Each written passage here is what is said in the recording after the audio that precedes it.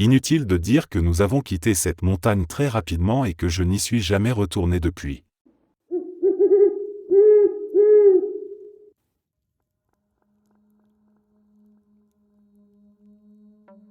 Je me promenais seul dans mon quartier une fois, profitant de l'air nocturne et regardant les étoiles.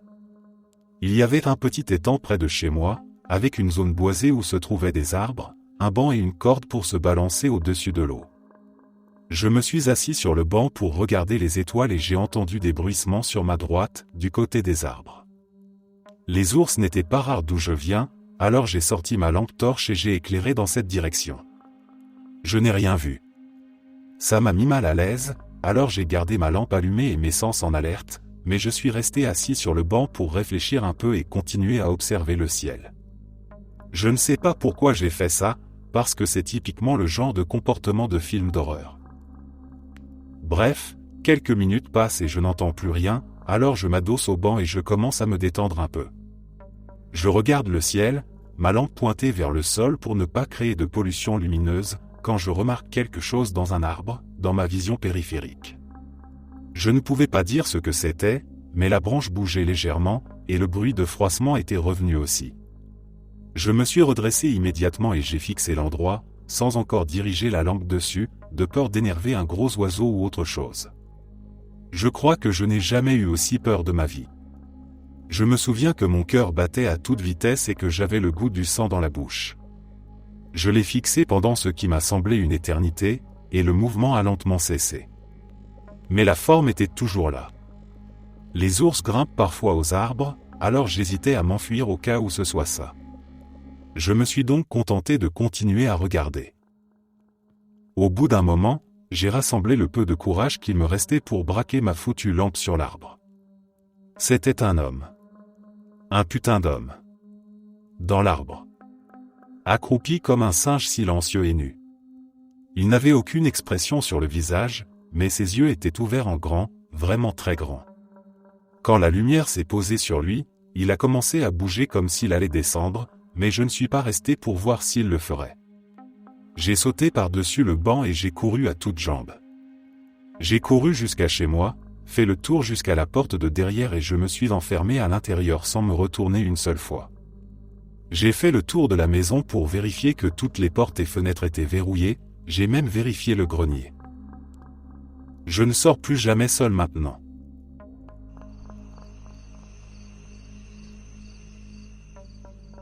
Ce n'était pas dans les bois, mais lors d'une longue marche urbaine pour rentrer chez un ami après un concert. Il était tard, on était crevés, et on a décidé de prendre un raccourci en traversant un chantier. Toutes les rues autour étaient fermées à cause des travaux, donc l'endroit était complètement désert. Pas de voitures, pas de passants, rien.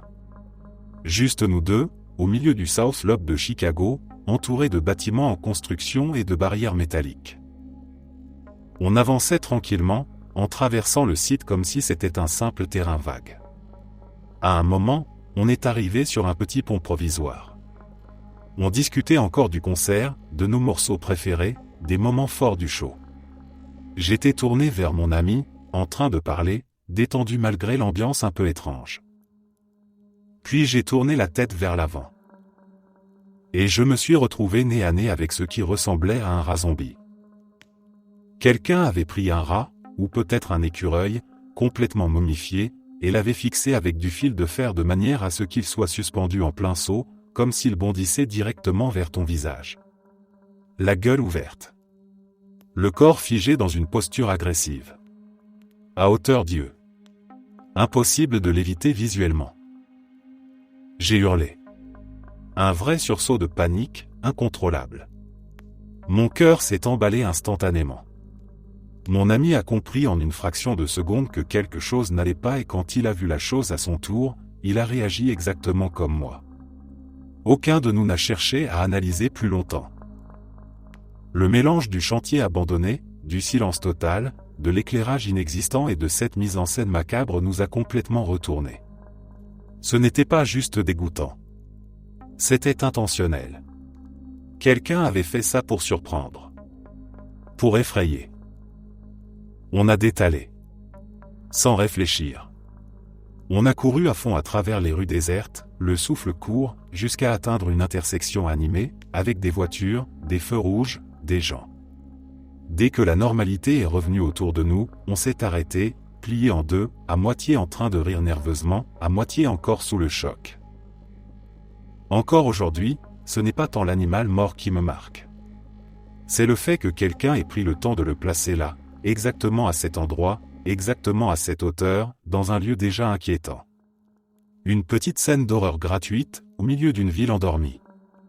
Et honnêtement, ça a suffi pour nous faire abandonner définitivement les raccourcis nocturnes.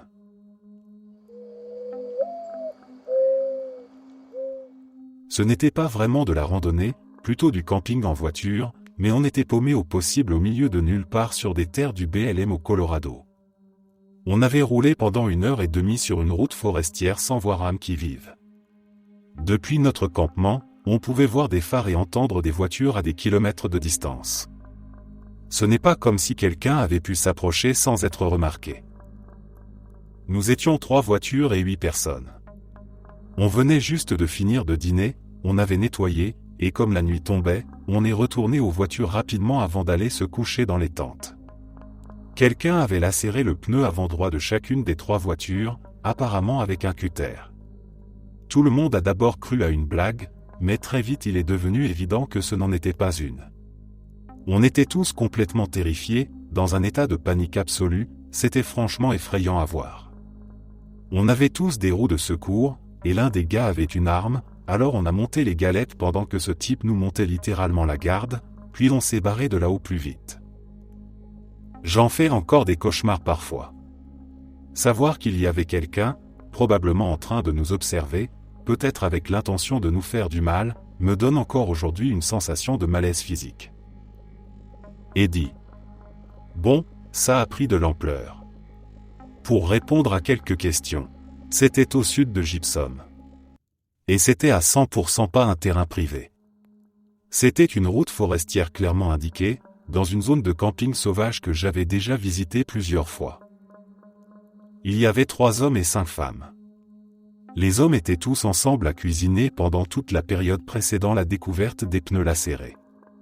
Ces personnes sont mes meilleurs amis et ce serait totalement hors de caractère pour n'importe lequel d'entre eux. Pour ceux qui se demandent comment on n'a rien entendu, nos voitures étaient garées à environ 30 mètres du feu et des tentes. Et une voiture qui arrive sur une route, ça se distingue facilement des bruits de la nature. Un léger sifflement se perd dans le vent. On l'a entendu dès qu'on s'est approché. Les pneus étaient entaillés exactement au même endroit sur le flanc. Il serait presque impossible que quelque chose sur la route perce les pneus de cette façon. Aussi, il n'y avait aucun réseau. On a appelé la police et les rangers dès qu'on est revenu sur la route principale, on leur a dit exactement sur quelle route forestière on était et donné les coordonnées, mais il n'y avait pas grand-chose qu'ils puissent faire. Le policier nous a dit que c'était une bonne chose que nous soyons armés et de faire très attention dans ce genre d'endroit.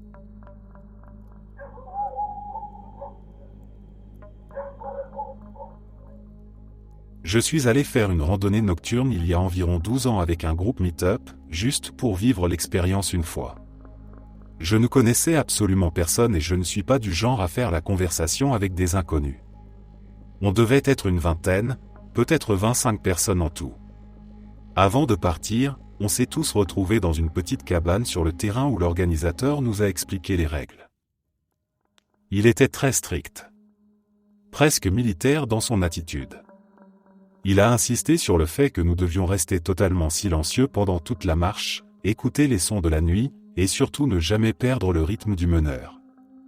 Pas de bavardage, pas de commentaires, pas de questions une fois parti. Sur le moment, je me suis dit que ça faisait partie du concept.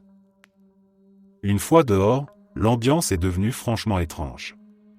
Marcher rapidement dans des bois plongés dans le noir, sans lampe, sans parler, avec des inconnus juste derrière soi, c'est une sensation particulière.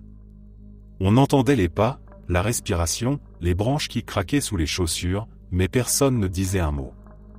Chaque bruit semblait amplifié. Chaque mouvement paraissait suspect. Je n'étais pas vraiment effrayé, mais profondément mal à l'aise. Très vite, j'ai senti que quelque chose ne fonctionnait pas. Le meneur était trop rigide, trop concentré sur le silence absolu. Personne ne semblait apprécier le moment. Il n'y avait pas ce sentiment de partage ou de découverte que j'imaginais. Juste une tension constante, comme si on faisait quelque chose de mal ou de dangereux sans vraiment savoir pourquoi. Quand on est finalement revenu près du point de départ et que j'ai aperçu ma voiture, je n'ai pas hésité une seconde. Je suis monté dedans, j'ai démarré et je suis parti immédiatement, sans dire au revoir à qui que ce soit. Sur le trajet du retour, je me suis rendu compte que je n'avais rien vécu de mystique ou de spécial. Juste une expérience étrange, un peu oppressante, qui m'a confirmé que certaines ambiances nocturnes sont plus dérangeantes que fascinantes.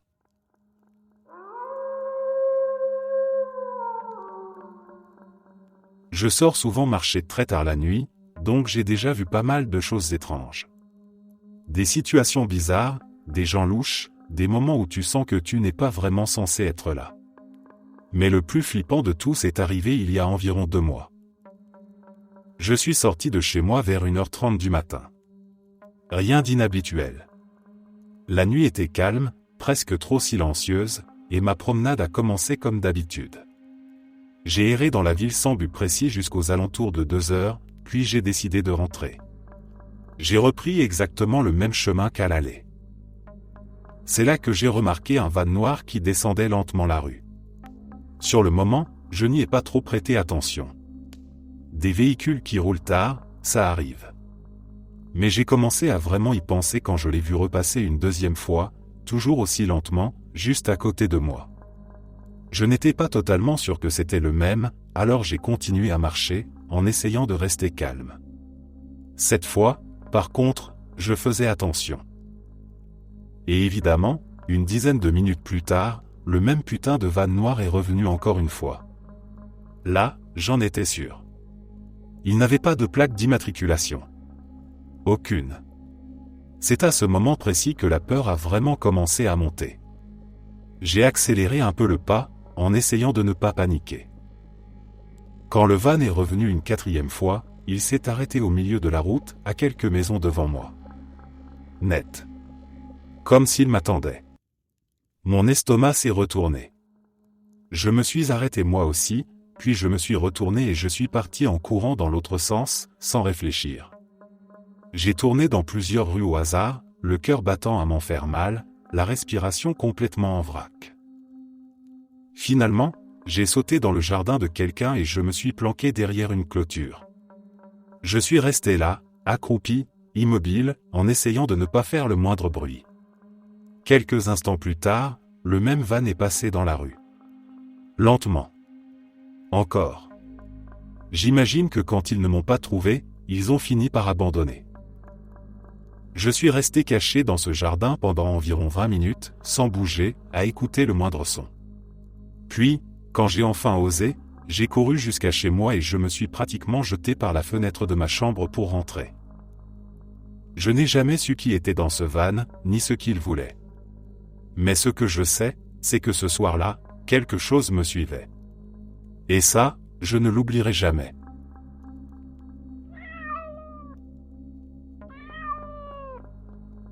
Je campais avec un groupe, et une partie des gens étaient partis faire une balade tard dans la nuit. Au bout d'un moment, un ami et moi avons commencé à nous ennuyer, alors on a décidé d'aller les chercher. Le terrain autour du camp était surtout composé de collines herbeuses ondulantes, avec très peu d'arbres. On s'est dit que ce serait facile de les repérer, qu'on les verrait de loin. L'endroit était anormalement silencieux. Pas le silence apaisant, mais celui qui te fait baisser la voix sans même t'en rendre compte. À part quelques ululements lointains de chouettes ou des cris de coyotes très éloignés, il n'y avait rien. La lune éclairait assez bien, donc on n'avait pas pris de lampe. On avançait tranquillement, en chuchotant, sans se presser. À un moment, j'ai aperçu quelqu'un debout sous un arbre, juste sur la crête d'une colline. Une silhouette immobile. J'ai pensé que c'était l'un des nôtres, peut-être en train d'attendre ou de faire une pause. Je suis monté le premier. J'ai appelé doucement son prénom. Aucune réponse. J'ai rappelé, un peu plus fort. Toujours rien. J'ai commencé à être légèrement agacé. Je me suis dit qu'il faisait exprès de ne pas répondre, ou qu'il ne m'avait pas entendu. J'ai donc continué d'avancer sans trop réfléchir. Et c'est là que quelque chose a commencé à me déranger, sans que je sache exactement quoi. La silhouette avait les bras levés au-dessus de la tête, mais les proportions ne collaient pas. C'était subtil, presque inconscient. Trop long. Trop raide. Trop faux. Je pense que mon cerveau essayait encore de comprendre ce que je voyais sans accepter la réalité. Je n'ai vraiment réalisé que quand je me suis approché suffisamment près pour distinguer les détails. Ce n'était pas une personne. C'était un coyote. Un coyote écorché. Suspendu à l'arbre par les membres, comme une sorte de totem macabre. La peau avait été retirée, laissant la chair à nu, figée dans la lumière de la lune. À l'instant où mon esprit a enfin fait le lien, mes jambes ont lâché et je suis littéralement tombé en arrière sous le choc. Je n'ai pas crié. Je crois que je n'en étais même pas capable. Mon ami m'a rejoint quelques secondes plus tard et a compris immédiatement que quelque chose n'allait pas. On est redescendu sans dire un mot, le cœur battant à tout rompre, et on a fait demi-tour vers le camp. On a appris plus tard que la femme qui possédait le terrain ne supportait pas les coyotes qui s'attaquaient à son bétail. Apparemment, ce genre de mise en scène faisait partie de sa manière de dissuader les autres. Comme si ce n'était pas déjà assez clair. Et comme si cette nuit n'était pas déjà suffisamment dérangeante, elle nous a réveillés une autre fois en plein milieu de la nuit avec une rafale prolongée de tirs. Une vingtaine de coups de fusil. Quelqu'un qui habitait dans le coin a simplement marmonné quelque chose comme « elle a dû tomber sur toute une meute » avant de se rendormir. Sur le moment, personne n'a vraiment réagi. Mais cette silhouette sous l'arbre, cette seconde où j'ai cru voir un être humain avant de comprendre ce que c'était vraiment, ça m'est resté gravé. Ce n'était pas surnaturel. C'était peut-être pire. Parce que c'était entièrement humain.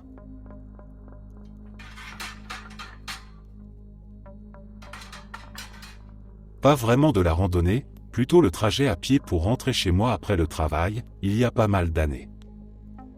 Je finissais normalement vers 19h et mes retours à pied étaient sans histoire. Mais ce soir-là, j'avais remplacé quelqu'un pour une demi-journée et j'avais travaillé jusqu'à 23h. Il y avait un sentier derrière des voies ferrées que j'empruntais pour rentrer, afin d'éviter de marcher le long de la circulation. J'ai vite compris ce soir-là que ces sentiers étaient très différents à 23h qu'à 19h. Je suis tombé sur un type allongé à côté de son vélo, en train de gémir de douleur. Ça ne sonnait pas comme de vrais gémissements, plutôt comme ceux d'un enfant qui simule un « j'ai mal au ventre et je ne peux pas aller à l'école ». J'ai aussi remarqué que son vélo était parfaitement debout sur sa béquille. Ça n'avait aucun sens qu'il ait pris le temps de bien poser son vélo pour ensuite s'écrouler par terre en souffrant. Il m'a vu et m'a appelé à l'aide, mais j'ai continué à marcher et je me suis retourné pour remonter vers la rue. Au moment où je me retourne, j'entends soudain des bruits de pas précipités et le type soi-disant blessé me hurle « Je vais te tuer, enfoiré ». Il saute sur son vélo et fonce vers moi. À ce moment-là, je suis presque arrivé en haut de la pente menant aux voies ferrées qui longeaient la rue. Je détale à toute vitesse et, quand je passe de l'autre côté des rails, mon agresseur potentiel heurte les rails avec sa roue avant et passe par-dessus le guidon, s'écrasant violemment au sol. Là, il gémit de douleur pour de vrai et appelle à l'aide de façon tout à fait sincère. J'ai utilisé un téléphone public dans une station-service pour appeler la police et expliquer ce qui s'était passé. Ils sont arrivés et l'agent m'a expliqué que ce type était l'idiot du village, qu'il faisait ce genre de choses pour voler les gens, et que ce n'était pas la première fois qu'il devait aller le ramasser après qu'il se soit vautré à vélo en essayant d'agresser quelqu'un. Je lui ai dit qu'il avait menacé de me tuer et il a rigolé. Le gars n'était même pas armé et apparemment, il s'est fait casser la gueule plus de fois qu'il ne peut en compter en utilisant cette petite réplique. Ma petite amie et moi avions emprunté une vieille route de terre qui longeait un lac d'un côté, avec des montagnes de l'autre. Nous cherchions des endroits encore inexplorés ou randonnés. La route de terre est devenue un sentier, puis a fini par être complètement engloutie par la forêt. Une fois le passage devenu impraticable en voiture, nous sommes descendus et avons marché pendant un bon moment, puis nous avons commencé à revenir vers la voiture alors que le soleil se couchait. Faire demi-tour avec la voiture a été compliqué, mais j'y suis finalement parvenu et nous sommes repartis. Nous avancions lentement, la route était pourrie et la nuit tombait vite. Soudain, nous sommes arrivés à une bifurcation qui n'était pas visible dans l'autre sens. Aucun de nous ne savait s'il fallait aller à droite ou à gauche, alors j'ai choisi au hasard, en espérant que les deux chemins rejoindraient la route principale. En prenant un léger virage, nos phares ont éclairé un homme en train de traîner un grand sac de sport de hockey hors du sentier, vers les bois. Dès que la lumière l'a touché, il s'est figé complètement. Le fait de passer à côté de lui a semblé durer une éternité, car nous ne roulions pas à plus de 8 km/h à cause de l'état de la route. Ma copine et moi n'avons pas dit un mot jusqu'à ce que nous soyons largement passés, moment où nous avons lâché un « mais c'était quoi ce bordel ?» Et là, la route s'est arrêtée. Exactement comme la première fois, la forêt avait englouti cette portion du chemin. Nous allions devoir faire demi-tour et repasser devant l'homme et son sac de sport de taille humaine. J'ai dit à ma copine de s'attacher et de bien se tenir, parce qu'au moindre signe de problème, j'allais appuyer à fond. Nous sommes arrivés à l'endroit où se trouvait l'homme, et il n'y avait plus personne. Nous avons finalement retrouvé le bon chemin et nous nous sommes barrés de là au plus vite. Le plus étrange, c'est qu'il n'y avait aucun véhicule à proximité de cet homme sur des dizaines de kilomètres dans un sens comme dans l'autre. S'il y en avait eu un, nous l'aurions vu. Nous avions roulé aussi loin que possible dans les deux directions et il n'y avait aucun endroit où se garer. Comment est-ce qu'il était arrivé là? Où allait-il? Et qu'est-ce qu'il y avait dans ce sac? Pas sur un sentier, mais en promenant mon chien tard dans la nuit. Il était environ 1h du matin quand mon chien a fait tinter sa clochette et que je me suis levé à contre-cœur pour le sortir. Quand elle veut faire pipi au milieu de la nuit, je ne l'emmène pas bien loin, juste dans le jardin sur le côté de la maison. J'ai pris une lampe torche au cas où elle déciderait de faire caca, pour pouvoir ramasser. Je suis là, debout, à attendre qu'elle fasse ce qu'elle a à faire, pendant qu'elle tourne en rond comme les chiens le font. Puis, tout à coup, mon chien sursaute et se retourne brusquement. Du coin de l'œil, je vois cette fille simplement debout là. Je ne l'ai pas vue arriver, je ne l'ai pas entendue arriver, elle est juste là, immobile. D'après l'endroit où elle se trouvait, elle devait forcément venir de l'espace entre ma maison et celle de mon voisin. Ce qui est étrange, parce que derrière nos maisons, ça donne directement sur une zone verte. Il fait probablement autour de 4 degrés et cette fille, qui doit avoir une vingtaine d'années, porte un short très court et un t-shirt. Je la regarde et je lui dis qu'elle m'a fait peur. Elle marmonne quelque chose du genre « Belle nuit, tu fais quoi ?» Debout là, tenant la laisse de mon chien, je réponds « Je promène mon chien. » Puis elle dit « Cool, tu sais comment entrer dans ma maison. » Je me suis enfermé dehors. En pointant la maison de mon voisin. Je suis un bon Américain, je connais mes voisins, et ce n'était pas ma voisine, qui est une femme célibataire d'une 30aine d'années. Elle traîne souvent avec ma femme, donc je la connais très bien. Alors je lui ai demandé, cette maison-là, en pointant directement celle de ma voisine. Elle a hoché la tête. Je lui ai dit, tu n'habites pas là. Je sais qui vit là. Elle a simplement ricané et s'est dirigée vers Emoen Jardin. Je l'ai suivie en disant, qu'est-ce que tu fais, bordel? Et là, elle s'est mise à courir, à escalader ma clôture. Et détail important, ce n'est pas une clôture facile à escalader. C'est une clôture anti-serre. Elle est partiellement transparente, monte à environ 1 mètre avec un portail de type barrière à bétail, et le haut est constitué de fils en acier inoxydable tendus horizontalement. C'est le genre de chose sur laquelle on trébuche facilement si on ne s'y attend pas, parce que c'est extrêmement difficile à voir et pas du tout courant. Bref, elle a escaladé la clôture et s'est enfuie dans la zone verte. J'ai toujours un couteau de poche sur moi et j'avais heureusement mon chien, malheureusement inutile. J'ai donc inspecté autour de ma maison, de celle du voisin, j'ai éclairé la zone verte avec ma lampe, et rien. Je n'ai aucune idée de comment elle s'est retrouvée là derrière. Ni de ce qu'elle faisait. Ni de ce qu'elle comptait faire. Mais elle m'a foutu une peur bleue.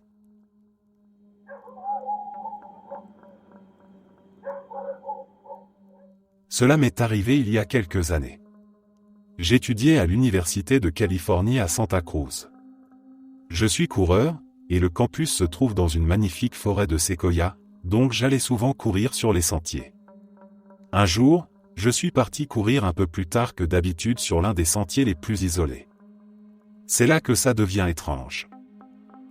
Cela faisait environ 15 minutes que je courais profondément dans la forêt sans avoir croisé qui que ce soit. Soudain, devant moi, j'ai vu ce qui ressemblait à un homme sans abri, vêtu de haillons, marchant sur le sentier. Il allait plus loin dans les bois, et ce chemin s'enfonçait très, très loin alors que le soleil était en train de se coucher. En clair, cet homme allait passer la nuit dans la forêt. Je voulais atteindre mon point de repère habituel avant de faire demi-tour, alors j'ai décidé de garder mes distances et de le dépasser en courant. Dès que je l'ai dépassé, il m'a interpellé en criant « Qu'est-ce qui est venu en premier, la lumière ou le son ?» Dans ma tête, je me disais « C'est quoi ce taré ?» mais j'ai décidé de jouer le jeu et j'ai crié « La lumière » sans me retourner. Il a répondu « Moi je pense que c'est le son, mais qui sait ?» Puis il s'est mis à marmonner tout seul. J'ai continué ma route. J'ai atteint mon objectif et j'ai commencé à faire demi-tour. Il faisait maintenant très sombre et j'étais mal à l'aise à l'idée de devoir repasser devant ce type pour rentrer. Il avait l'air assez dérangé et potentiellement dangereux, mais je n'avais pas le choix. J'ai dépassé l'endroit où je l'avais croisé la première fois, mais il n'était plus là. Il n'y avait aucune autre bifurcation sur le sentier et s'il était reparti en arrière, je l'aurais déjà vu. Il avait forcément quitté le sentier. Soudain, une fille a crié depuis le haut d'une colline pour que je m'arrête. Je me suis arrêté et j'ai regardé vers la colline, mais il faisait trop sombre pour distinguer quoi que ce soit. J'étais terrifié. J'ai crié pour lui demander si elle allait bien et j'ai fini par la voir descendre. La pente était très raide, donc elle avait dû fournir beaucoup d'efforts pour monter là-haut et s'éloigner de ceux qui la poursuivaient.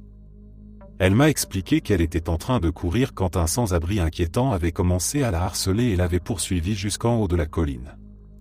Mais elle ne savait pas où il était passé.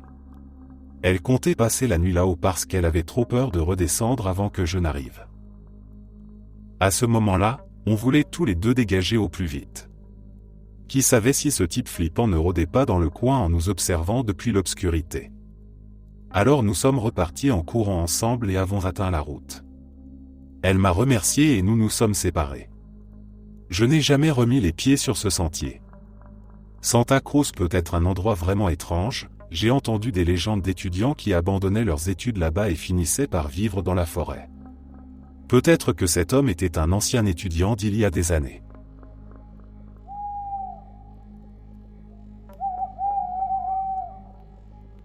C'était en été, à la tombée du jour, et je campais avec mon père dans un terrain vraiment isolé. Le genre d'endroit loin de tout, silencieux, entouré uniquement de forêt.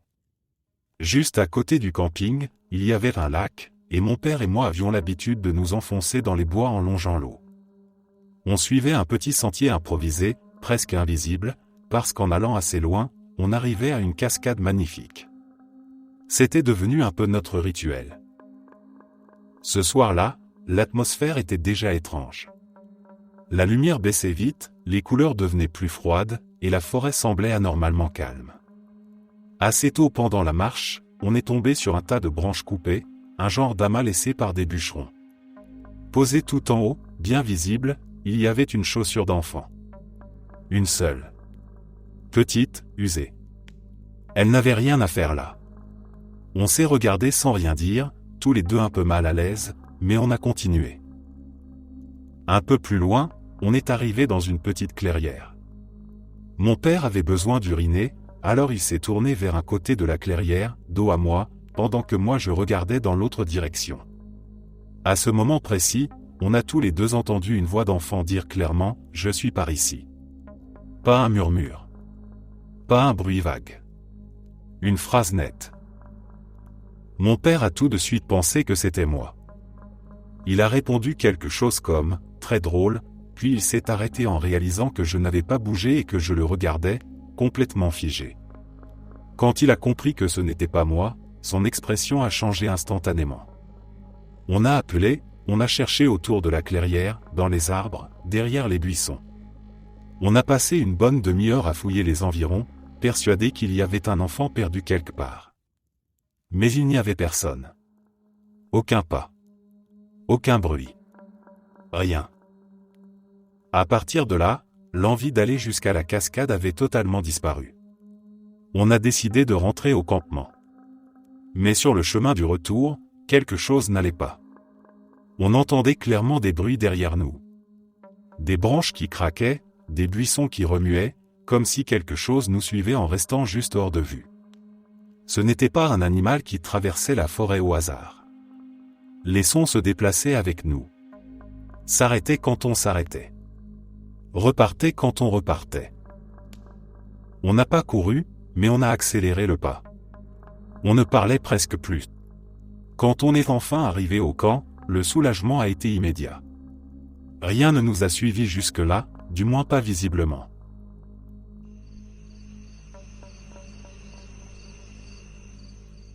Parc national de Yellowstone, octobre 2015. Je suis plutôt un photographe amateur passionné, et une nuit vers 4 heures du matin, je me trouvais seul dans la région du bassin de Firehole, dans le parc. Mon objectif était de prendre une photo en pose longue d'un geyser en éruption, avec la Voie lactée s'étirant dans le ciel au-dessus. La photo s'est révélée être à peu près un échec. Quand les geysers entrent en éruption, ils projettent d'énormes quantités de vapeur dans l'air, et la vapeur a tendance à brouiller complètement ce magnifique ciel nocturne. Bref. J'ai garé ma voiture et marché un certain temps pour me rapprocher du geyser que je voulais photographier. J'ai installé mon trépied, réglé tous les paramètres, puis attendu l'éruption, qui finirait bien par arriver. La nuit était parfaitement claire, silencieuse et glaciale. À mesure que mes oreilles s'habituaient à l'absence de bruit, j'ai peu à peu réalisé que je pouvais entendre le doux bouillonnement de la source qui donne naissance à la rivière Firehole, à une certaine distance derrière moi. J'entendais le vent dans les arbres et les feuilles qui glissaient sur le sol. Devant moi, j'entendais des grondements et des sifflements venus des profondeurs de la terre, tandis que le geyser White Dome se préparait lentement à une nouvelle éruption inévitable. Un hibou ululait quelque part au-dessus de moi, et je pouvais même entendre les hurlements lointains de loups, de l'autre côté du creux de la vallée de Midway en contrebas. À mesure que mes yeux s'adaptaient à l'obscurité, je voyais la Voie lactée s'étirer comme une rivière de lumière d'un horizon à l'autre au-dessus de moi. 1 milliard d'étoiles brillaient dans le ciel, éclatantes et froides. Orion se tenait au-dessus de mon épaule droite, et Vénus flamboyait juste au-dessus de l'horizon, si brillante que la regarder directement faisait presque mal. Et puis, soudain, derrière moi, des pas lourds et tonitruants, comme ceux d'un géant. Clairement dirigés droit vers moi. Un ours? Bigfoot? Un monstre hideux né des entrailles bouillonnantes d'un geyser, craché sur la terre pour se venger? Je n'en savais rien. Mais je savais que ça arrivait, et je savais que c'était tout près. Le bison m'a littéralement frôlé en passant. J'étais figé sur place, résigné à mon sort. Un énorme mâle, une montagne de fourrure et de cornes, surgissant de l'obscurité, de la vapeur s'échappant de ses naseaux dans l'air froid et sec. C'était comme une rencontre rapprochée avec un train de marchandises. Il est passé comme si je n'existais pas, a semblé contourner délicatement mon trépied, puis s'est arrêté à environ 3 mètres devant moi pour lâcher un long, lent et très satisfaisant jet de pisse fumante sur le sol. Ensuite, il a grogné et a continué son chemin. Et moi, je suis resté là, à me demander comment j'allais réussir à prendre une photo si le geyser entrait en éruption avant que mes mains arrêtent de trembler.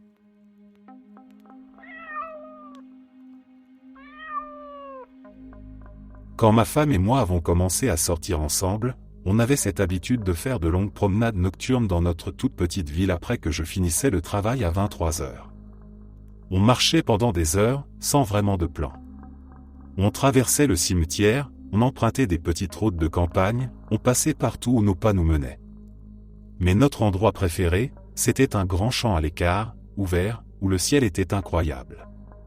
Les étoiles y semblaient plus proches, plus nombreuses, presque irréelles. Une nuit en particulier, on s'était installé là pour observer une petite pluie de météores. Il faisait calme, l'air était frais, et on parlait à voix basse comme si on ne voulait pas déranger la nuit. Puis, sans prévenir, on a entendu du bruit venant de la lisière des arbres. Pas juste un craquement isolé. Des grognements profonds, des mouvements lourds, quelque chose qui remuait violemment les branches et les buissons. Très vite, l'ambiance a changé. On a arrêté de parler. On s'est regardé, tendu. Il n'y avait nulle part où aller.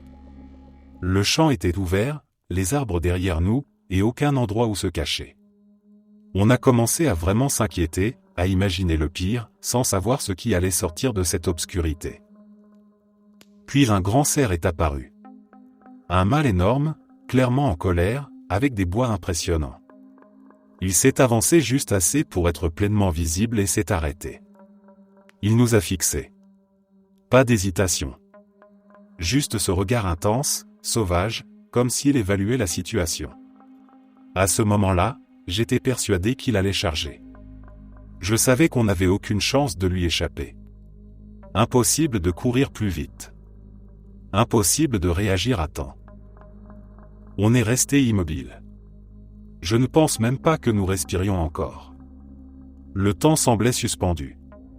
Puis, après ce qui a paru une éternité, le cerf a baissé la tête, s'est détourné, et est reparti calmement dans la direction d'où il venait, disparaissant silencieusement entre les arbres. On est resté là encore plusieurs minutes après son départ, sans bouger, le cœur battant à tout rompre. Quand on a enfin repris nos esprits, on a quitté le champ sans dire grand-chose. On n'y est pas retourné pendant plusieurs jours.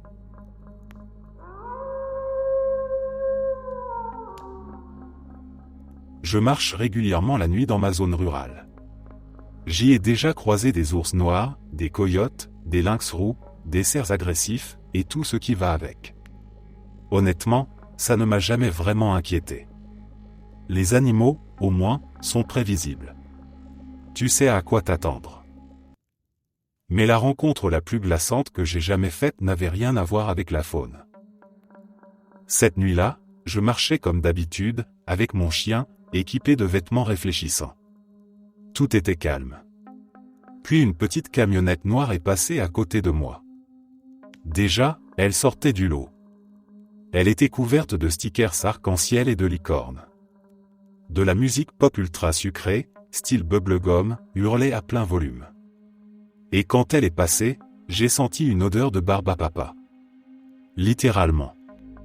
Une odeur douce, artificielle, totalement déplacée dans ce décor nocturne. La première fois qu'elle m'a dépassé, elle a brusquement dévié vers moi, comme pour me faucher. J'ai eu le réflexe de sauter sur le bas-côté sans difficulté. Sur le moment, je n'ai pas paniqué. Je me suis dit qu'ils avaient peut-être été surpris de voir quelqu'un marcher à cette heure-là, malgré mon équipement réfléchissant. J'ai essayé de rationaliser. Puis la camionnette a fait demi-tour. Elle est revenue dans ma direction, plus vite cette fois. Je l'ai vue arriver et j'ai compris que ce n'était pas une erreur. J'ai attrapé mon chien et j'ai sauté dans un fossé juste à temps. La camionnette est passée là où je me trouvais quelques secondes plus tôt. Et c'est à ce moment-là que j'ai entendu le rire. Un rire de petite fille. Aigu. Dérangé. Presque hystérique. Mon sang s'est glacé. La camionnette a encore fait demi-tour pour une troisième tentative. À ce stade, j'étais déjà en train de me cacher dans les buissons de mon voisin, plaqué au sol, essayant de ne pas faire le moindre bruit. J'ai regardé le véhicule passer lentement sur la route. La musique continuait. Et j'entendais toujours ces rires, étouffés mais bien réels, alors qu'il s'éloignait. Heureusement, cette fois-là, elle a continué sa route. Elle n'est pas revenue. J'ai attendu longtemps avant d'oser sortir de ma cachette, le cœur battant à m'en faire mal. J'ai fini par rentrer chez moi sans autre incident. Je suis arrivé sain et sauf, mais profondément secoué. J'ai croisé beaucoup de choses étranges la nuit. Des bêtes sauvages, des silhouettes furtives, des bruits inquiétants. Mais rien ne m'a jamais donné autant la chair de poule que cette petite camionnette ridicule, avec ses autocollants colorés, son odeur sucrée et ses rires dans le noir. Parce que ce qui m'a fait le plus peur, ce n'est pas ce qu'ils ont essayé de faire. C'est à quel point il semblait s'amuser.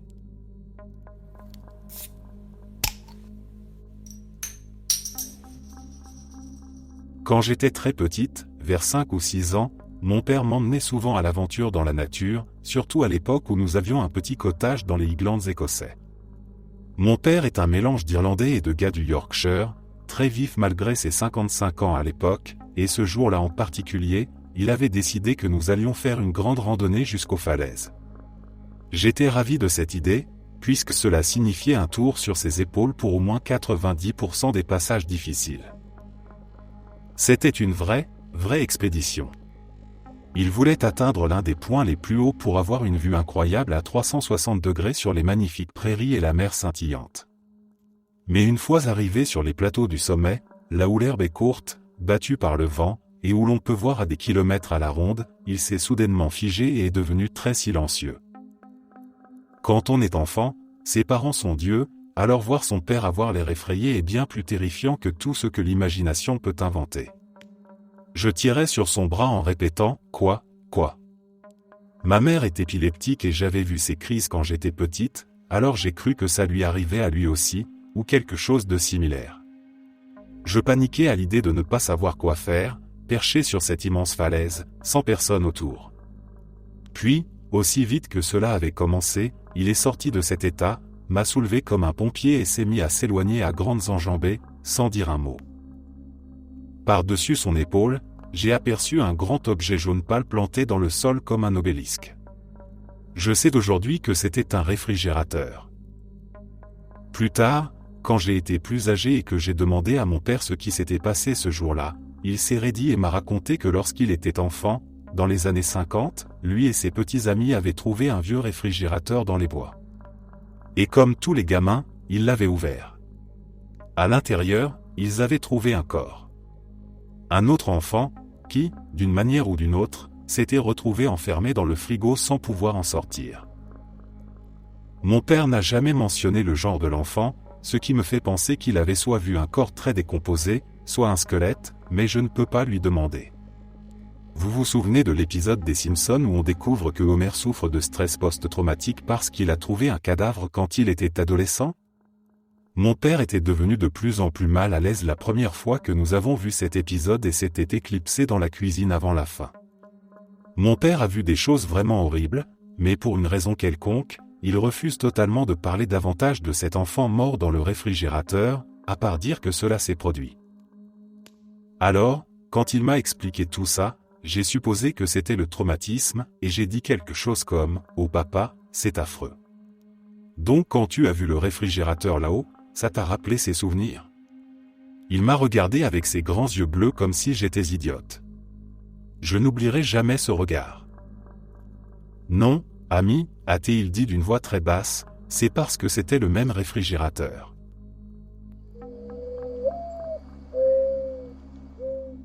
Je promenais mon chien pour une courte sortie afin qu'elle fasse ses besoins. C'était une chienne recueillie dans un refuge et, à ce moment-là, elle avait peur de absolument tout. La sortir dehors était donc toujours compliquée. Il était environ 4 heures du matin et elle gémissait. J'ai supposé qu'elle avait besoin d'aller aux toilettes, alors j'ai enfilé des chaussures et je l'ai emmenée dehors. Il faisait chaud, on était en juillet dans le Missouri. Je marchais dans la rue en sortant de mon complexe d'appartements quand j'ai vu une silhouette immobile sous un lampadaire. Pensant que c'était simplement un type parti courir tôt le matin, j'ai continué d'avancer. C'est là que la silhouette a commencé à se diriger vers moi d'une manière étrange. Il ne courait pas, ne marchait pas vraiment, ça ressemblait plutôt à des pas sautillés. Je me suis dit intérieurement, c'est quoi ce bordel ? Je me suis arrêté. À ce moment-là, mon chien s'est mis à grogner derrière mes jambes. Je l'avais depuis presque 6 mois et je ne l'avais jamais entendu grogner ni aboyer. Je me suis retourné et je suis rentré vers le complexe. En regardant par-dessus mon épaule, j'ai vu ce type debout à l'entrée du complexe, vêtu entièrement de noir, souriant de toutes ses dents. J'étais complètement en mode « c'est quoi ce délire ?» et j'ai continué à marcher plus loin dans le complexe en vérifiant constamment qu'il ne me suivait pas. J'ai commencé à me diriger vers mon entrée et il s'est alors retourné avant de disparaître dans la nuit. Le lendemain, Je suis allé en parler à ma propriétaire et elle m'a dit qu'ils avaient reçu plusieurs signalements concernant un type qui se baladait en sautillant dans le complexe tard la nuit, mais que chaque fois que la police arrivait, il avait déjà disparu.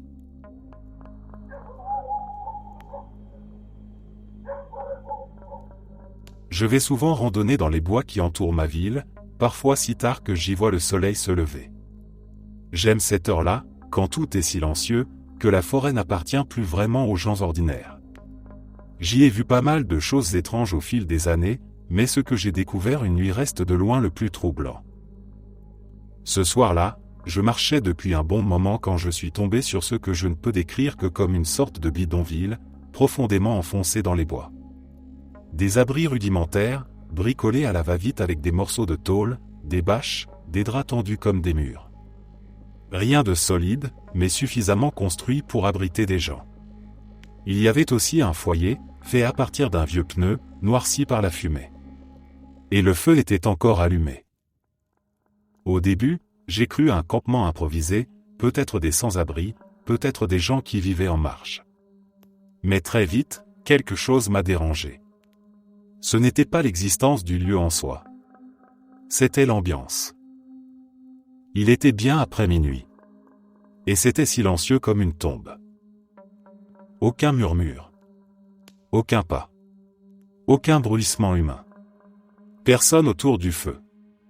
Personne dans les abris. Juste les flammes qui crépitaient doucement, comme si quelqu'un venait de les alimenter, puis avait disparu. En regardant mieux, on voyait que l'endroit pouvait facilement accueillir une bonne dizaine de personnes. Peut-être plus. Il y avait des objets personnels laissés là, des sacs, des vêtements, quelques ustensiles. Rien n'avait l'air abandonné depuis longtemps. Tout donnait l'impression d'un départ récent. Très récent. Je suis resté là un moment, immobile, à écouter. La forêt autour était trop calme. Même les insectes semblaient absents. J'avais cette sensation oppressante d'être arrivé au mauvais endroit, au mauvais moment. Comme si j'étais passé juste après quelque chose qui n'aurait pas dû être interrompu. Quelqu'un avait pris la peine d'allumer un feu, de construire tout ça, puis avait quitté les lieux sans l'éteindre. Sans rien emporter.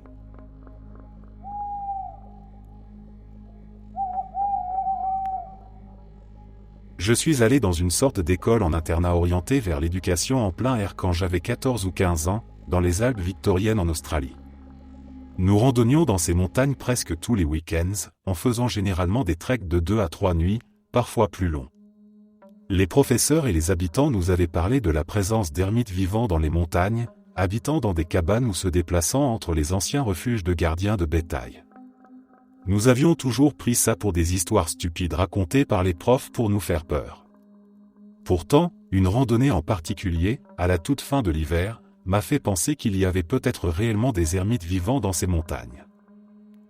En gros, nous faisions une randonnée de 4 jours à la fin de l'hiver, donc tout le trek était extrêmement sombre, brumeux et froid. Les Alpes victoriennes sont célèbres pour leurs cabanes de gardiens de bétail, disséminées partout dans les hauteurs. Nous randonnions de cabane en cabane, mais nous y dormions rarement car c'était l'une des règles de l'école. Le deuxième jour, nous marchions sur une crête très escarpée, dans un brouillard épais et un froid glacial. On ne voyait pas la vallée, seulement les pentes abruptes de la crête. Quand on marche longtemps, on ne parle pas vraiment, et comme les conditions étaient pénibles, tout le monde avançait la tête baissée. Du coin de l'œil, j'ai cru voir un chien noir à environ 50 mètres plus bas sur le flanc de la crête. Ce n'était pas un dingo, car il était d'un noir profond et portait un collier. Il ressemblait un peu à un border collie. J'avais à peine enregistré mentalement que c'était un chien que j'ai juré avoir vu un homme marcher derrière lui. Il avait l'air sans abri et levait les yeux vers nous. Il faut garder à l'esprit qu'il y avait beaucoup de brouillard et que cet homme apparaissait et disparaissait entre les arbres. Je me suis retourné et j'ai dit à mon pote que j'avais vu un type et son chien sur le sentier en contrebas. Il était encore visible, alors je le lui ai montré. Mon ami a un peu paniqué aussi et a demandé aux autres de regarder. Le temps que tout le groupe, 6 garçons, s'arrête et regarde, l'homme avait disparu. Tous les autres, à part mon ami et moi qui l'avions vu, ont balayé ça en disant que c'était un randonneur à la journée avec son chien. On a plaisanté en disant que c'était un ermite, puis on n'en a plus vraiment parlé. Nous sommes arrivés à notre campement, près de la cabane Valiero Gartner. Nous n'avions pas le droit de dormir dans la cabane, alors nous avons installé nos tentes sur le terrain plat autour. Nous avons monté le camp, préparé le dîner et nous sommes préparés à dormir. Je ne pensais plus trop à l'homme et au chien vus plus tôt, mais à mesure que la nuit tombait, ça me revenait en tête. Il y a des toilettes géniales à cette cabane, avec une vue directe sur la vallée en contrebas. Franchement, des toilettes incroyables. Il faisait presque nuit et j'avais besoin de faire caca, alors je suis allé aux toilettes. En étant assis là et en regardant la vue, je me sentais un peu mal à l'aise, sans vraiment savoir pourquoi. Une chose à noter, c'est que ces cabanes sont entièrement couvertes de graffitis, de noms, de petites phrases, absolument partout. Chaque centimètre carré est rempli. Du coup, on ne lit jamais vraiment ce qu'il y a écrit sur les murs, surtout quand on passe là presque tous les week-ends.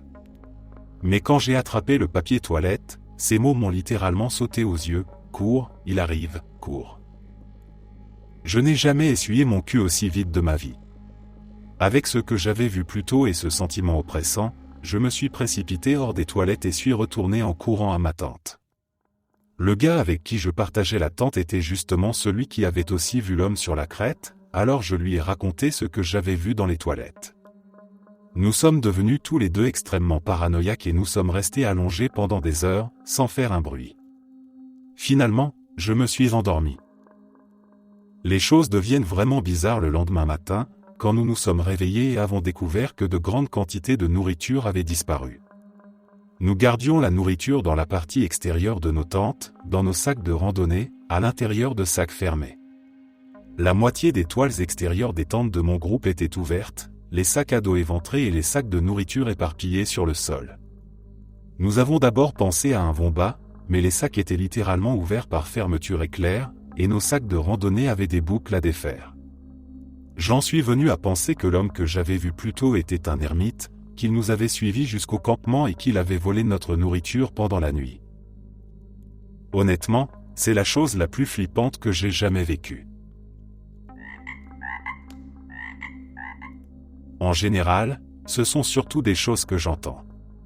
Des grosses branches déjà tombées qui craquent juste hors du faisceau de ma lampe frontale, comme si quelque chose marchait juste assez loin pour rester invisible. Ou alors me réveiller une heure plus tard, encore à moitié endormi, en entendant des pas et des feuilles qui bruissent autour du campement.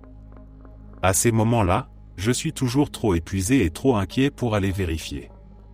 Une partie de moi se dit que ça n'a sûrement aucune importance, que c'est probablement rien du tout, et je préfère ne pas savoir.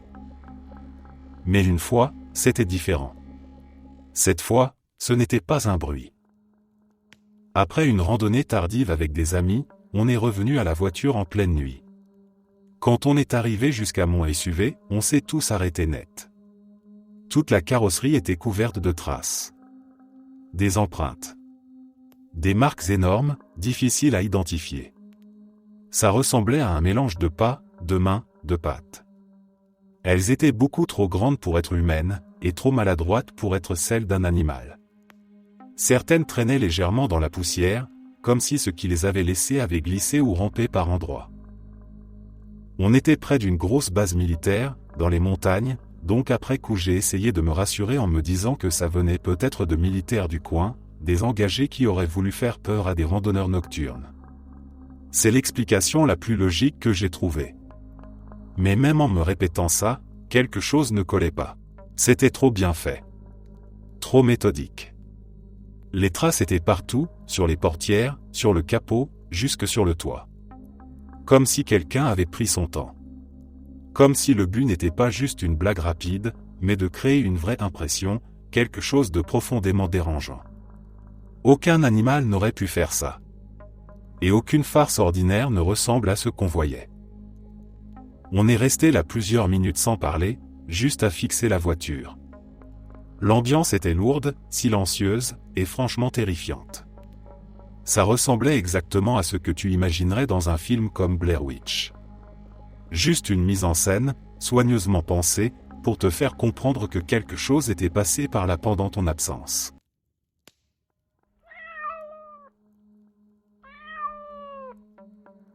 Il y a des années, des amis et moi avions prévu de faire un feu de camp près d'un lac tard dans la nuit, avec des quantités généreuses d'alcool. Quand nous sommes arrivés, il a fallu contourner une barricade, et l'une des voitures s'est embourbée dans la boue. Pendant qu'on essayait de la dégager, j'ai regardé autour de moi et j'ai plaisanté en disant qu'on était clairement au début d'un film d'horreur. Tout le monde a ri. On a finalement sorti la voiture et continué jusqu'au lac. On s'est installé, le feu brûlait, la musique tournait, les boissons coulaient, on passait un super moment. Et puis, tout à coup, un putain de type sorti de nulle part est arrivé des bois avec une bière à la main. Moi, ça m'a rendu nerveux, mais les autres m'ont dit que j'étais parano parce que je regarde trop de films d'horreur. Ils l'ont invité à se joindre à nous, et il s'est assis à côté de moi, à quelques mètres quand même. Je suis allé chercher une autre bière dans la glacière, j'ai aperçu la hachette que quelqu'un avait apportée, et j'ai décidé de la garder avec moi. Je me suis rassis, et ce type au hasard a fait un commentaire disant qu'il pouvait voir ma jugulaire et qu'il avait envie de la mordre. Là, j'étais prêt à me barrer, mais évidemment, ce n'était pas moi qui conduisais. Un peu plus tard, il a ajouté qu'il aurait dû apporter sa tronçonneuse.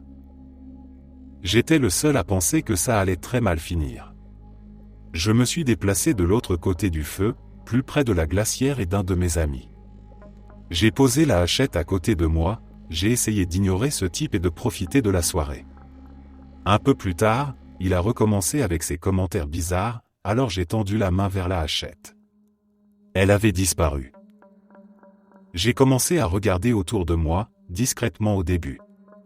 Puis le type m'a souri de l'autre côté du feu et a dit « Tu cherches ça ?» en brandissant la hachette. J'ai dit « Putain, j'arrête tout, je me casse » et j'ai réussi à convaincre un de mes amis de partir avec moi. Le lendemain, tout le monde a dit qu'il ne s'était rien passé de plus. Mais en tant que personne qui a vu beaucoup de films, je n'allais pas prendre le moindre risque. Je suis blanc, mais pas au point de rigoler face à un taré avec une hachette.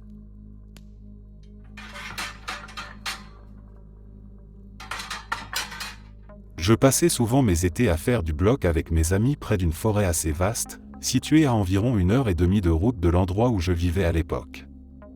Il nous arrivait de passer certaines nuits à camper sur place, simplement pour économiser du temps et des frais de déplacement.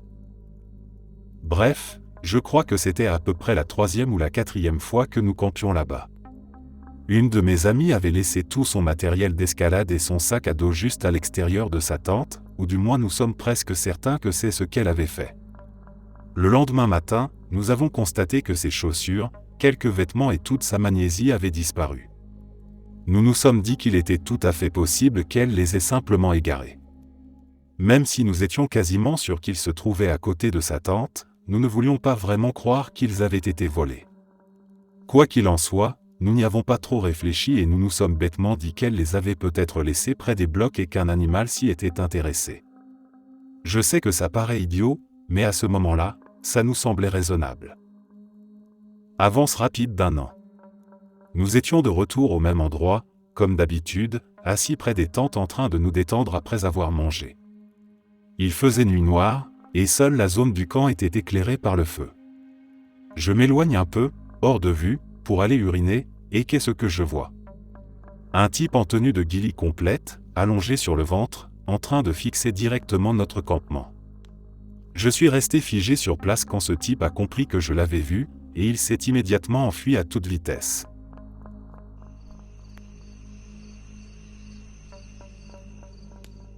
Une nuit, un ami et moi avons décidé de faire une randonnée jusqu'au sommet d'une petite montagne pour observer une pluie de météores. Nous étions 4, tous âgés d'environ 16 ans à l'époque, et nous pensions que ce serait cool.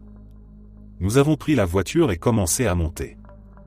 Nous avons fait une pause à mi-chemin quand nous avons remarqué qu'un homme nous suivait, en costume de bureau.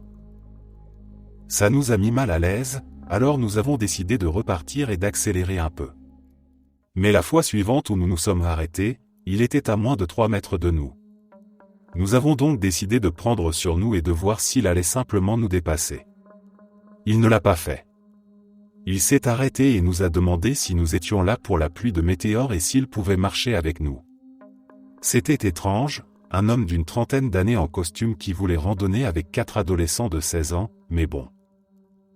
En marchant, mon ami et moi avons remarqué qu'il marchait extrêmement près de notre amie, la seule fille du groupe, comme s'il pouvait sentir son shampoing. Nous sommes arrivés au sommet, nous nous sommes assis, et il s'est assis presque collé à elle. Elle était clairement paniquée, alors j'ai inventé une excuse pour dire que nous devions partir plus tôt, et nous avons déguerpi à toute vitesse. Nous avons presque couru sur tout le chemin du retour. Quand nous sommes arrivés à la voiture, nous avons pensé, parfait, on a semé le type bizarre. Mais non.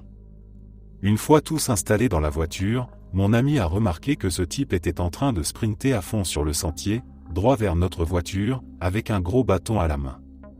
Comme nous étions déjà dans la voiture, nous avons démarré et sommes partis en trombe, complètement secoués. Nous avons mis ça sur le compte d'un mec complètement défoncé. Mais 2 jours plus tard, nous avons tous reçu un message avec un lien vers un article de presse parlant d'un homme qui avait étranglé sa femme, puis assassiné une autre jeune femme plus tard dans la nuit, sur un sentier de randonnée. C'était lui. Le même homme, sur le même sentier. Nous n'avons jamais raconté cet incident à nos parents et nous ne sommes jamais retournés là-bas. Jamais.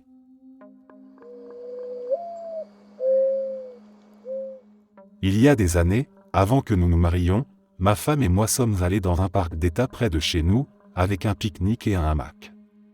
Nous avons installé le hamac dans les bois, profité de notre repas, puis nous nous sommes endormis ensemble dans le hamac. J'ai été réveillé brutalement par ma femme. Elle m'a fait signe de me taire. Le soleil s'était couché, il restait encore un peu de lumière dans le ciel, mais nous ne distinguions rien de significatif dans les bois. Ma femme m'a fait signe d'écouter. Un silence total. Puis, au loin, le craquement d'une branche. De nouveau le silence. Nous sommes tous les deux devenus extrêmement nerveux. Nous chuchotions, essayant de comprendre si quelqu'un était en train de s'approcher furtivement de nous. Le silence a de nouveau été brisé par un autre craquement de branches, venant de la même direction, mais plus proche. Puis, d'une autre direction, un bref froissement de feuilles. Là, nous étions terrifiés. Nous avions tous les deux des couteaux de poche, petits mais mieux que rien. Nous avions aussi une lampe torche. Nous avons sorti nos couteaux et nous nous sommes demandé si ceux qui se trouvaient dehors connaissaient déjà notre position. Nous avons décidé de garder la lampe éteinte pour ne pas révéler notre emplacement exact. Peut-être pouvions-nous courir jusqu'à la voiture. Encore des pas, rapides, venant directement vers nous, puis à nouveau le silence. Ma femme en a eu assez, on sait que vous êtes là, bande d'enfoirés, a-t-elle crié. Un silence interminable, puis un autre froissement de feuilles. C'en était trop. Nous nous sommes préparés du mieux possible à un combat, puis nous avons braqué la lampe torche dans l'obscurité, vers l'endroit d'où provenait le dernier bruit. 3 cerfs ont détalé, disparaissant dans la nuit. Un peu honteux, nous avons rassemblé nos affaires et sommes partis sans autre incident.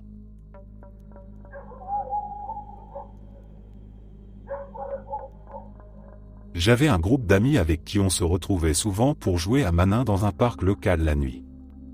C'est juste une autre façon de dire une grande partie de cache-cache avec touche-touche, où 3 personnes commencent en tant que « chasseurs » et tous les autres vont se cacher dans le parc. Quand les chasseurs trouvent et touchent quelqu'un, cette personne devient à son tour chasseur, jusqu'à ce qu'il ne reste plus qu'1 à 3 personnes, puis on recommence, et on joue parfois jusqu'au petit matin. Une nuit, j'étais chasseur avec un ami et son petit frère. On se dirigeait vers le centre du parc, un endroit réputé pour ses bonnes cachettes. Il y a un long escalier qui descend le long d'une énorme colline et mène à un pavillon et un terrain. On descendait lentement ces marches, peut-être à mi-chemin, quand on a remarqué 2 personnes bien plus bas. En pensant que c'étaient des amis à nous, on a crié, H accent aigu, c'est qui? Au lieu de la réaction habituelle, qui consiste à crier son prénom puis à s'enfuir en sprintant pour éviter de se faire attraper, une voix étrange a répondu, c'est qui ces putains de gens? Au début, on a commencé à sprinter vers eux, comme on l'aurait fait normalement. Mais on s'est vite rendu compte qu'eux aussi se mettaient à courir vers nous. On n'a pas hésité une seconde. On s'est retourné et on a sprinté vers le haut des escaliers aussi vite que possible, l'adrénaline à fond, les poils de la nuque hérissés. On est arrivé en haut de la colline et on s'est arrêté une fraction de seconde. Quand je me suis retourné, ils étaient juste derrière nous, à moins de 3 mètres, ce qui était complètement absurde vu la distance qu'il y avait entre nous au départ. On a complètement paniqué et on s'est mis à courir aussi vite que possible vers le sentier du parc, qui fait le tour complet et mène à une route où habite l'un de nos amis, et qui sert de point de rendez-vous entre les parties. Il y avait environ 3 kilomètres depuis notre position, alors on a foncé comme si notre vie en dépendait. De temps en temps, on jetait un coup d'œil derrière nous et on voyait les 2 personnes nous suivre. En approchant de la route, on était épuisé, mais on a continué jusqu'au bout et on a atteint la rue. Quand on a regardé derrière nous, il n'y avait plus aucune trace des 2 inconnus. Tout le reste du groupe était déjà chez notre ami, affalé dans l'allée, ayant décidé de nous faire une blague ce soir-là. Pendant qu'on les cherchait dans le parc, ils étaient simplement retournés à la maison en attendant qu'on abandonne. On leur a raconté ce qui nous était arrivé. Certains ont ri, incrédules, d'autres voulaient retourner fouiller le parc pour retrouver ces 2 types, mais on n'a jamais découvert qui ils étaient. Tout ce que je sais, c'est qu'ils étaient incroyablement rapides et vraiment louches.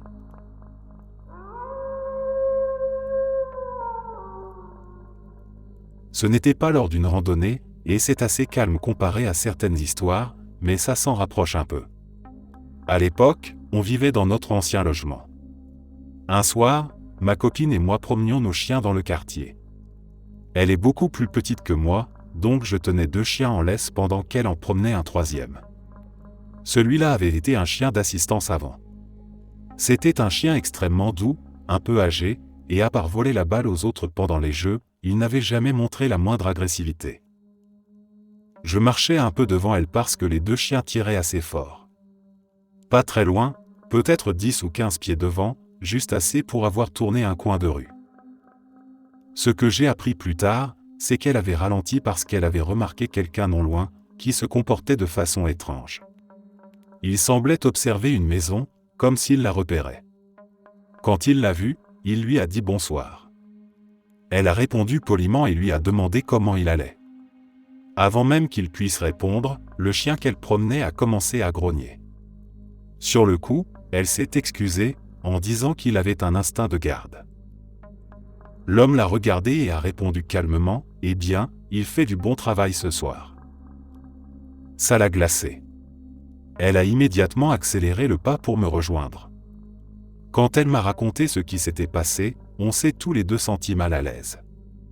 À partir de ce moment-là, on a fait beaucoup plus attention lors de nos promenades nocturnes. Rien de spectaculaire ne s'est produit après, mais ce bref échange a suffi à nous faire comprendre que parfois, les animaux perçoivent des choses que nous ne voyons pas.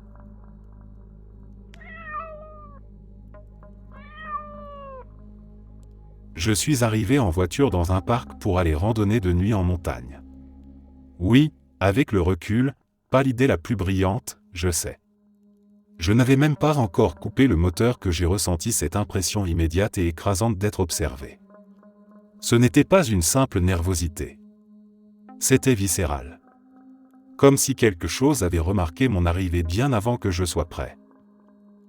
Il n'y avait aucune autre voiture sur le parking. Personne. J'ai essayé de me convaincre que je devenais juste parano sans raison valable. Le genre de malaise qu'on se crée soi-même quand on est seul dans le noir. Mais pour une raison que je ne m'explique toujours pas, j'ai tourné la tête vers la droite. C'est là que je l'ai vu. Sur le sommet d'une petite butte, à environ 15 mètres, il y avait une forme humanoïde étrange.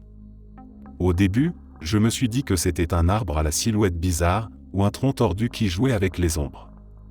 Puis j'ai vu les bras bouger. Et il n'y avait absolument aucun vent. À ce moment-là, tout s'est mis en place dans ma tête. Ce n'était pas une illusion. C'était une personne. Ou quelque chose qui voulait en avoir l'air. Elle se tenait là, à me fixer, en essayant clairement de ne pas bouger. Comme si le but était que je descende de la voiture. Que je m'éloigne de la route. Que je fasse exactement ce que quelqu'un de raisonnable ne ferait pas. Je n'ai pas réfléchi plus longtemps. Je n'ai pas klaxonné. Je n'ai pas allumé mes phares. Je n'ai pas cherché à mieux voir. J'ai enclenché la marche arrière et je suis parti. calmement au début, puis plus vite une fois la route reprise. Je n'ai pas regardé dans le rétroviseur.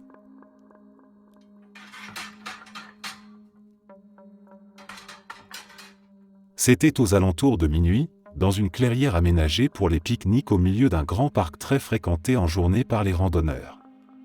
La nuit, en revanche, il n'y avait absolument personne. Le noir était total. J'étais avec mon copain de l'époque, et on s'était installé à une table de pique-nique. On a commencé à devenir un peu trop à l'aise, porté par l'obscurité et l'impression d'être complètement seul. J'étais tourné vers la rivière. L'eau reflétait faiblement la lumière de la lune, juste assez pour distinguer les mouvements lents du courant. C'était presque apaisant. Lui, en revanche, faisait face à la lisière des arbres. Une masse noire compacte, sans aucun détail visible. On essayait de profiter du moment, mais soudain, il s'est figé. Littéralement. Plus un geste, plus un bruit. D'une voix très basse, tendue, il a dit « Il y a un homme qui vient vers nous ». Le ton de sa voix m'a glacé. Pas de panique, pas d'exagération. Juste une certitude froide. J'ai tourné la tête dans la direction qu'il regardait. Au début, je n'ai rien vu. Puis j'ai distingué quelque chose qui avançait depuis les arbres. La seule chose visible, c'était un t-shirt blanc. Rien d'autre. Pas de visage, pas de silhouette claire. Juste cette tache blanche qui se rapprochait à un rythme soutenu, clairement pas une promenade tranquille. On n'a jamais su qui c'était. Peut-être quelqu'un d'inoffensif. Peut-être pas. Mais ce moment précis, cette vision d'un simple t-shirt blanc sortant du noir absolu, a suffi à ancrer quelque chose en moi. Quand j'étais plus jeune, plus idiot, et étudiant dans les montagnes du nord de la Géorgie, mes amis et moi allions souvent faire des randonnées nocturnes sur les sentiers près du campus. Je connaissais assez bien le coin, et le fait d'être dehors la nuit en pleine nature en général, ce qui m'a sans doute rendu trop confiant. Une nuit, il y avait une pleine lune et le temps était parfait, donc la visibilité était incroyablement bonne. Tout baignait dans une lumière bleutée et tamisée. J'étais légèrement défoncé, d'humeur aventureuse, et j'adore faire des trucs seul, alors j'ai décidé d'aller profiter d'une randonnée nocturne en solitaire. J'avais pris une lampe torche, mais on était en 2002, donc pas de téléphone portable. J'ai choisi un sentier très facile, presque plat, une boucle d'environ 1 mile, dans une zone assez isolée mais pas un parc national non plus, plutôt très rural. Je n'ai quasiment pas eu besoin de la lampe et j'ai marché à la lumière de la lune. Au début, c'était vraiment une expérience magnifique et très cool. À un moment donné, j'ai commencé à me sentir mal à l'aise, et peut-être une milliseconde plus tard, j'ai entendu la voix d'un homme. Elle venait d'assez loin devant moi, quelque part dans les bois, peut-être sur le côté droit du sentier. Il pleurait. Je suis honnêtement quelqu'un d'empathique, et dans 99,9% des cas, quand j'entends quelqu'un pleurer, j'ai envie de le réconforter ou de l'aider d'une manière ou d'une autre. Mais cette fois-là, j'ai ressenti une nausée profonde, comme une attaque de panique sèche, si ça a du sens.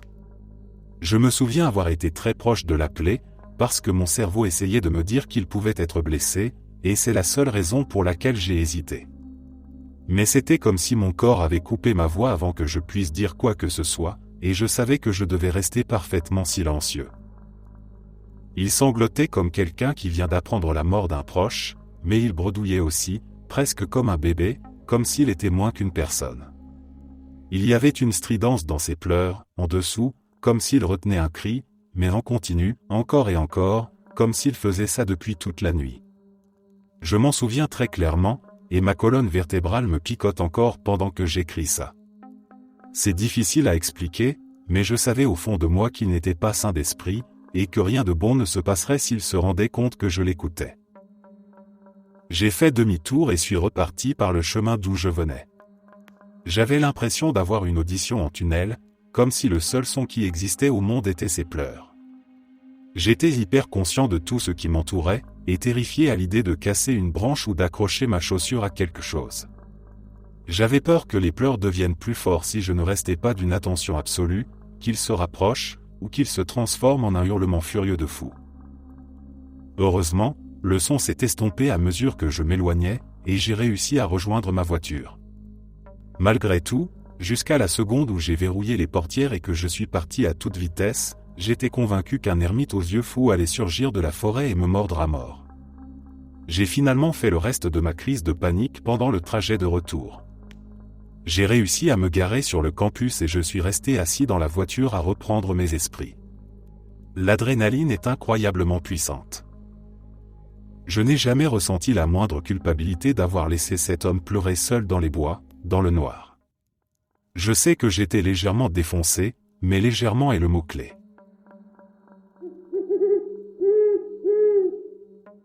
Il y a quelques années, quand j'étais encore au lycée, quelques amis et moi sommes partis faire une randonnée avec bivouac dans les Rocheuses, derrière notre petite ville. Notre site de campement était assez haut dans la montagne et la nuit commençait à tomber. L'endroit où nous nous trouvions était niché dans un bosquet d'arbres, à l'abri du vent et des éléments, alors nous avons décidé de nous y arrêter pour la nuit. Nous étions 4. Nous avons allumé un petit feu, mangé le dîner, puis discuté pendant quelques heures. Puis, tout à coup, mon ami s'est jeté en avant et a éteint le feu avec notre eau d'urgence, nous plongeant dans une obscurité totale. Inutile de dire que les autres étaient furieux, il n'y avait aucune raison apparente pour qu'ils fassent ça. Il nous a immédiatement fait signe de nous taire, et nous avons réalisé qu'il était absolument terrifié. À un point tel qu'il ne pouvait ni parler ni bouger. Nous avons fini par lui arracher quelques mots et il nous a dit de regarder vers la crête où nous aurions dû camper. C'était assez loin et difficile à distinguer au début, mais ce que nous avons vu me hantera toute ma vie. Il y avait un feu. Un grand feu, comme un énorme feu de camp. Autour de ce feu, plusieurs silhouettes se déplaçaient lentement en cercle. Elles étaient humanoïdes, mais pas tout à fait. Elles avaient des bras et des jambes comme des humains, mais quelque chose clochait, sans que je puisse vraiment l'expliquer. Comme si leurs membres étaient trop longs et trop maigres, ou quelque chose comme ça. Ces silhouettes tournaient autour du feu, encore et encore, très lentement. Un de mes amis affirme qu'il les entendait chanter quelque chose, mais je ne me souviens pas de son particulier. Ce qui est important, c'est qu'il y en avait une qui se tenait légèrement à l'écart, appuyée contre un arbre, le bras posé sur une branche au-dessus de sa tête. Ça nous a profondément glacés, mais nous avons fini par réussir à dormir tant bien que mal. Nous nous sommes dit que c'était sûrement une troupe de scouts en train de camper ou quelque chose du genre. Le matin est arrivé, nous avons continué jusqu'au sommet, puis en redescendant, nous sommes passés par l'endroit où nous avions vu les silhouettes et avons décidé d'aller voir le campement. Il était complètement désert. Il était évident qu'un feu avait brûlé là et il y avait des empreintes de pas partout. Dans le foyer, il y avait un petit tas d'os d'animaux calcinés, probablement un tamia, et un amas de 4 ou 5 crânes de rongeurs brûlés. Flippant, non? Puis nous avons regardé l'endroit où se tenait la silhouette isolée. Du sang. Pas une énorme quantité, rien de dramatique, mais suffisamment pour être inquiétant et surtout très dérangeant. Ensuite, nous avons vu la branche contre laquelle elle s'appuyait nonchalamment.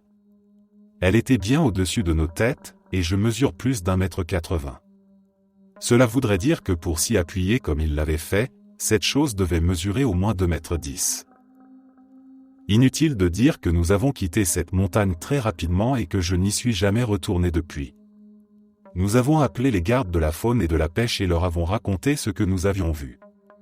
Ils nous ont dit que c'était probablement juste une bande de jeunes qui faisaient les idiots et qu'il n'y avait pas lieu de s'inquiéter.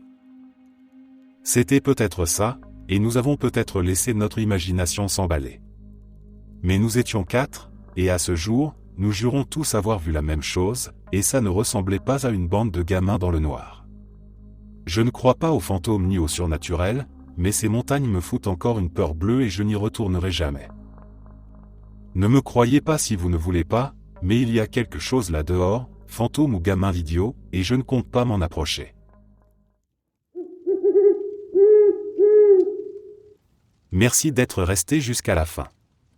N'oubliez pas d'aimer la vidéo, de vous abonner et de partager vos propres histoires en commentaire. On se retrouve demain à la même heure devant ce feu.